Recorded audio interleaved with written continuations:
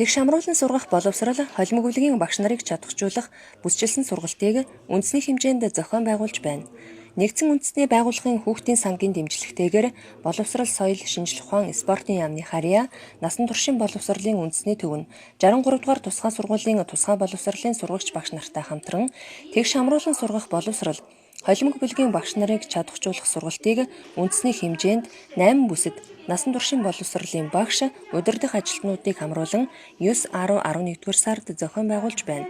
Насан туршийн боловсролын багш нар сургалтад хамрагдсанаар тэгш хамруулах болон тусгай боловсролын талаарх мэдлэг, ойлголтоо нэмэгдүүлэх, нэгдсэн нэг ойлголттой болох, хөгжлийн бэрхшээлтэй хүүхдийн сурч боловсрох эрхийг баталгаажуулсан олон улсын болон Монгол улсын хууль тогтоомж, журам, зохицуулалтыг мэдэх, хүүхдийн тусгай хэрэгцээг ойлгох, дэмжих, арга зүйд суралцах, хөгжлийн бэрхшээлийн төрлүүд, хөгжлийн бэрхшээлтэй хүүхдийн хөгжлийн онцлог, ялгаатай байдлыг харгалзан хичээлийн төлөвлөлт хийх, дүүцэн хөтөлбөрийн сургалтыг тусгай хэрэгцээт хүүхдүүдтэй холимог бүлэгт зохион байгуулах арга зүйд суралцах, хүүхэд бүрийн сурч боловсрох эрхийг дэмжин хүүхдийг хөгжүүлэх чиглэлээр мэдлэг арга зүйгээ дэвшлүүлэх юм.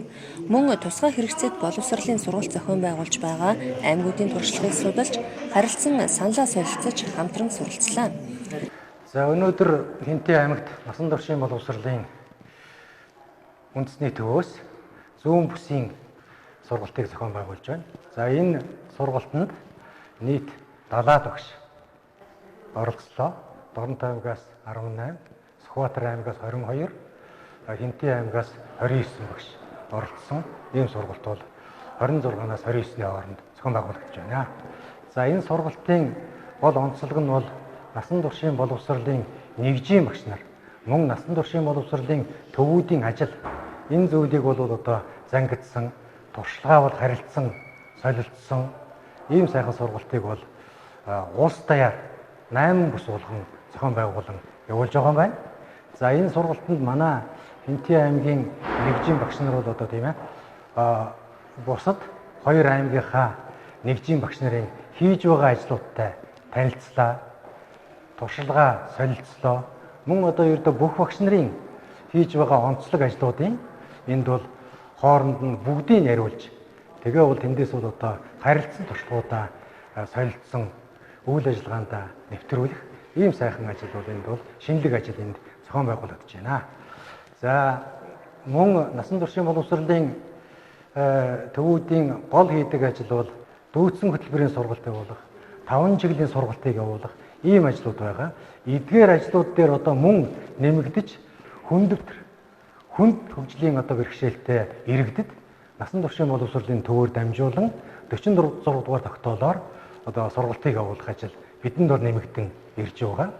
Энэ ажлыг одоо явуулахад бид бол одоо бас мэрэгжил, ур чадвар, арга зүй энэ талаар бол дутмаг байсан.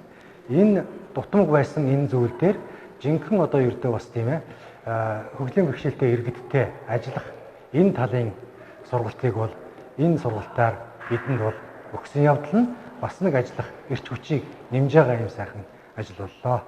За ингээд үндэсний төвөөс зохион байгуулагдсан насан туршийн боловсролын зүүн бүсийн сургалт бол амжилттай Хинтээ аймагт явагдаж өндөрлөж байна.